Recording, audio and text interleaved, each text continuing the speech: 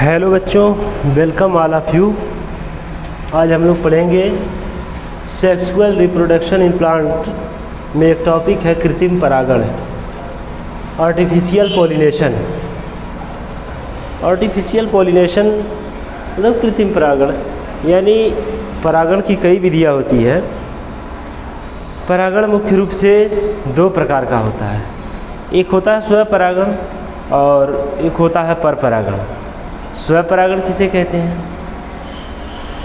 जब किसी पौधे के एक पुष्प का परागकण उसी पुष्प के वर्तिकाग्र पर गिरता है अथवा उसी पौधे के उस पुष्प का परागकण उसी पौधे के दूसरे पुष्प के वर्तिकाग्र पर गिरता है, तो इस क्रिया को स्वपरागण कहते हैं। लेकिन परपरागण किसे कहते हैं? परपरागण में मान लीजिए दो पुष्प हैं, उसी को देख करके हम बताते हैं। यानी एक पुष्प यहाँ है, ये पुष्प की लीफ हो गई,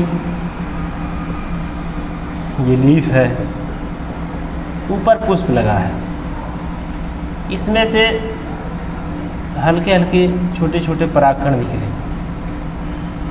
परागकोश लगा हुआ, उसी में परागकण भरे हुए हैं। और यहाँ सबसे ऊपर वर्तिकाग्र है।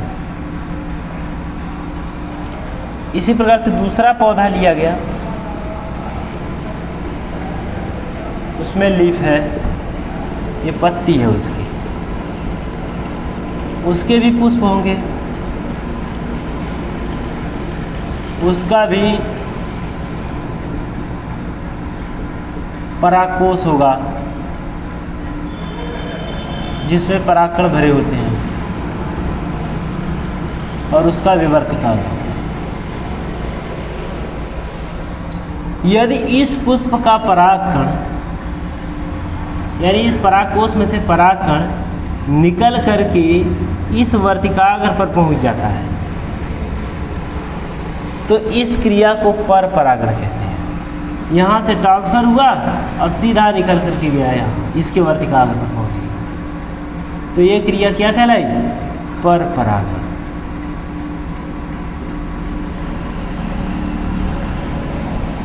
परपरागण।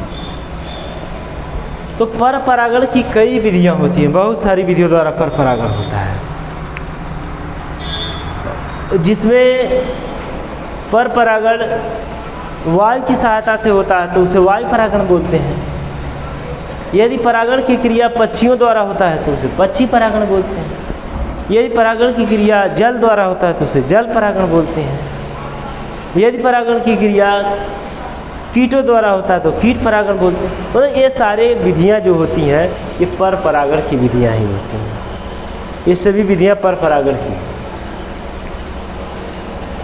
और इसी के अंतर्गत परपरागण के अंतर्गत ही एक और विधि आती है जिसे हम लोग कृत्रिम परागण कहते हैं। यानी वो कृत्रिम विधियों द्वारा करवाई जाती है, तब हम उसे कृत्रिम परागण कहते हैं। लेकिन इसकी परिभाषा क्या होगी? इसकी परिभाषा निम्नलिखित प्रकार से हम दे सकते हैं। अर्थात मनुष्य द्वारा कृत्रिम ढंग से यदि किसी पुष्प के परागकण को निकाल करके स्वेच्छा अनुसार दूसरे पुष्प के वर्तिकाग्र पर पहुंचा दिया जाए, तो इस क्रिया को कृत्रिम परागण कहते हैं। जैसे मान लीजिए एक मटर का पौधा है, मटर के पौधे को ही बना देते हैं। मटर के पौधे द्विलिंगी होते हैं बच्चों, ये आप जानते रहिए। मान लीजिए सरल रूप में हमने बनाया, एक मटर का पौधा है, इसका पुष्प कुछ इस टाइप का होता है, बंद रहता है। और एक ऐसा और पौधा इसका,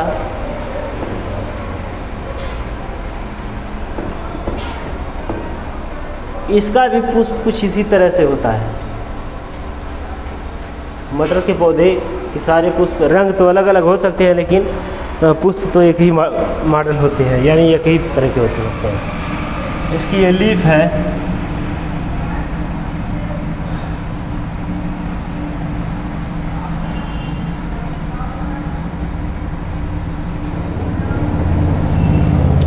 बहुत सारी लीफ होती हैं। मटर का पौधा है ये, और भी मटर का पौधा है।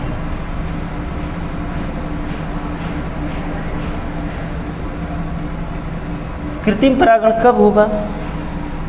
यदि मान लीजिए इस पौधे के परागकण, इस पुष्प को खोल दें हम, बंद रहता है ये पुष्प, इसमें अगर देखा जाए प्राकृतिक रूप से स्वपरागण की क्रिया होती है, लेकिन हम बात कर रहे हैं क्या? हम बात कर रहे हैं कृत्रिम परागण की, कि मतलब मनुष्य द्वारा कराया जाए, कृत्रिम विधियों द्वारा कराया जाए, तो इसमें भी कृत्रिम विधियों द्वारा हो सकता है। तो हमने परागण की डिफिनेशन तो दिया ही है, लेकिन इस मटर के पौधे में कैसे कराते हैं इसको देखते हैं। इस मटर के पौधे के पुष्प को खोल दिया जाए, खोल करके इसके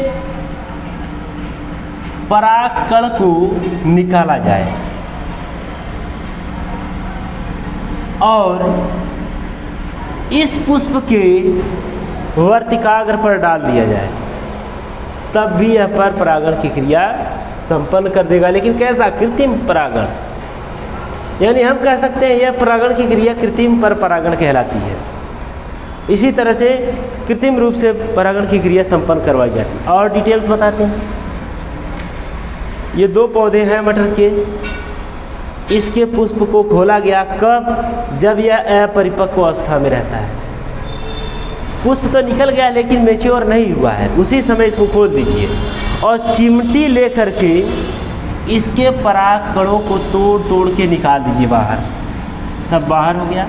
मान लीजिए चिमटी की सहायता से हमने इसको निकाल करके परागकणों को इधर गिरा दिया है, छोटा छोटा बाहर निकाल दिया। अब इसमें बचा क्या? केवल वर्तिकाग्र बचा। अब इस पुष्प को छोड़ देंगे अथवा झिल्ली से बंद कर देंगे। झिल्ली ऐसी हो कि उसमें महीन महीन छिद्र कर देंगे ताकि वायु जा सके और प्रकाश भी जा सके। ट्रांसपेरेंट होती है झिल्ली, इसमें वायु जा सकती है, तो यानी दूसरा कीट पतंग नहीं घुस सकता है। अच्छा, अब ये परागकण बाहर हो गए, केवल वर्तिकाग्र इसमें बचा है। अब इस मटर के पौधे के पुष्प को खोलिए, खोलिए नहीं, ऐसे रहने दीजिए, ये मैच्योर होने दीजिए इसको। ये परिपक्व हो गया। अब इस पुष्प को खोलिए, दोनों साथ साथ परिपक्व हो गए। अब खोल दीजिए इस पुष्प को, इसके परागकण को चिमटी से निकालिए, यानी चिमटी से निकाल करके कहाँ ले जाइए?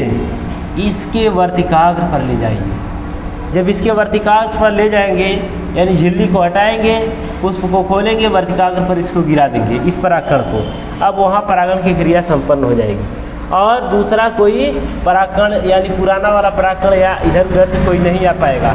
अपने स्वेच्छा अनुसार आप किए हैं, तो यह परागण की क्रिया यहाँ इसमें संपन्न हो गई और परागकण हो गया। अब जो बीज बनेंगे वो संकर बीज बनेंगे, यानी कृत्रिम रूप से परागित बीज बनेंगे और वह बीज अपेक्षाकृत अच्छे होते हैं, मजबूत, उससे पौधे उगने वाले पौधे उससे मजबूत बनते हैं।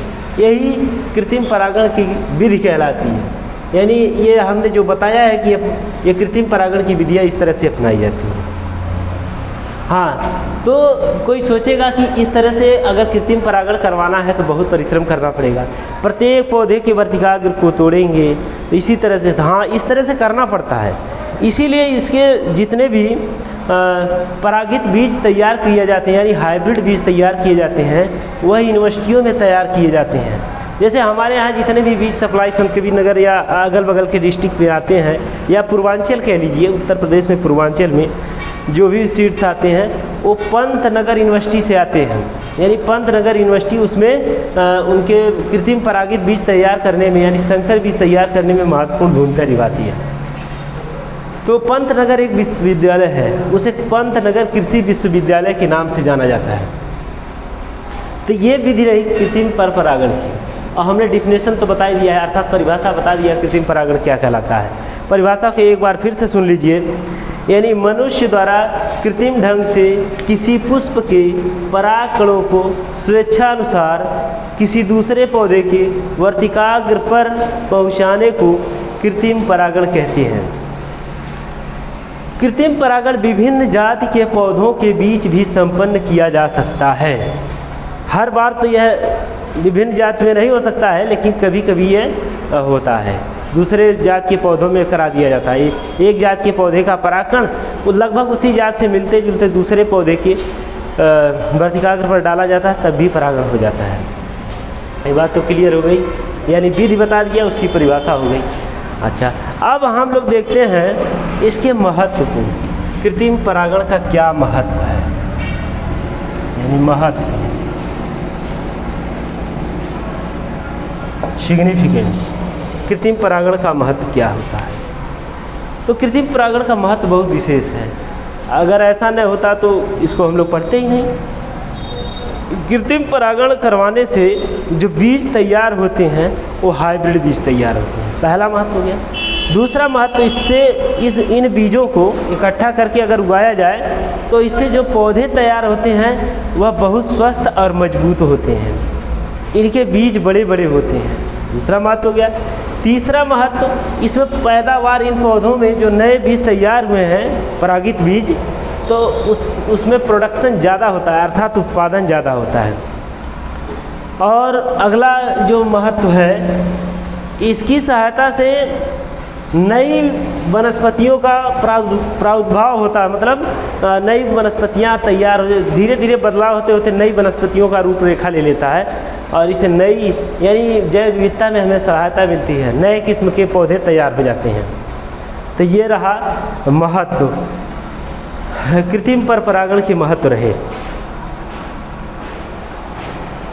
हम जानते हैं कि आजकल विश्व में पौधों की उन्नत जातियों को पैदा करने पर विशेष ध्यान दिया जा रहा है, क्योंकि इन जातियों से पैदावार में वृद्धि होती है तथा साथ ही साथ रोग निरोधक बीज भी तैयार होते हैं।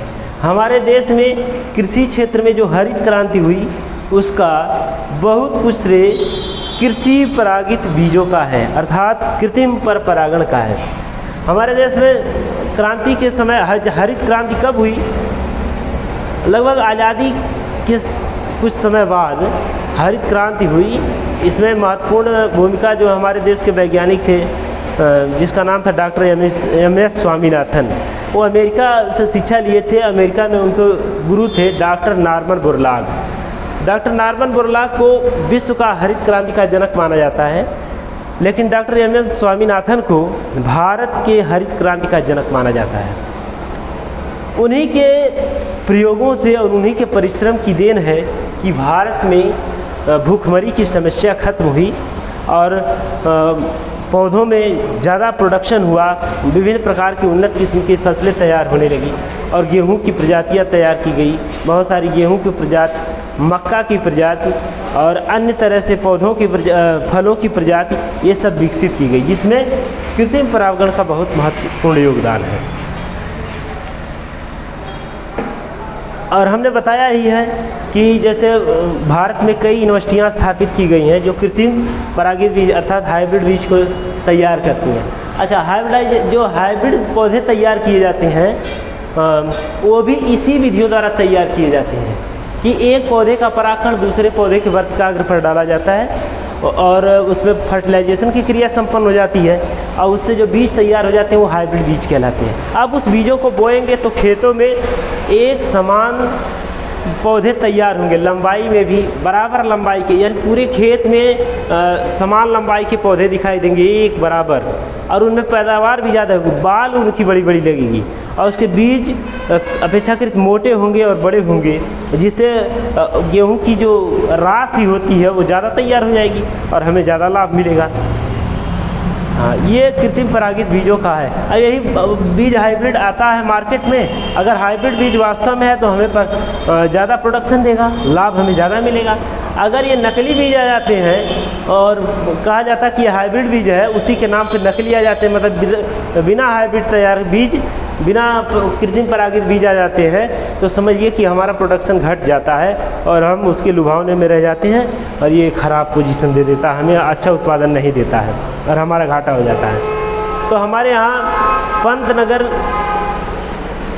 पंतनगर कृषि विश्वविद्यालय से बीज आते हैं कृत्रिम परागण रीति से गेहूँ, मक्का, आलू की नई उन्नत किस्में तैयार की गई हैं जो हमें पंतनगर कृषि विश्वविद्यालय से मिलती हैं। और इन्हीं की देन है कि हमारे देश की अर्थव्यवस्था बहुत अच्छी और मजबूत हुई। अगर ऐसा न होता तो हमारा देश आज भी भूखमरी के कगार पर होता। इसलिए हमें उन वैज्ञानिकों का आभार व्यक्त करना चाहिए, उनको धन्यवाद देना चाहिए कि जिन लोगों ने हमें इस प्रकार के बीज और इस प्रकार की उन्नत किस्में प्रदान की हैं। समझ लीजिए कि वह एक महान ऋषि मुनि से भी बढ़कर वैज्ञानिक तो सबसे बढ़कर होता है, क्योंकि ऋषि मुनि तो जो प्रयोग करते हैं वह उनके पास रहता है, और वैज्ञानिक जो प्रयोग करता है उससे सभी लोग लाभ पाते हैं और सबको वह लाभ देता है, सब लोग लाभान्वित होते हैं। तो बच्चों आज के लिए इतना ही, धन्यवाद, थैंक यू। और अगला टॉपिक अगले समय पे देखेंगे।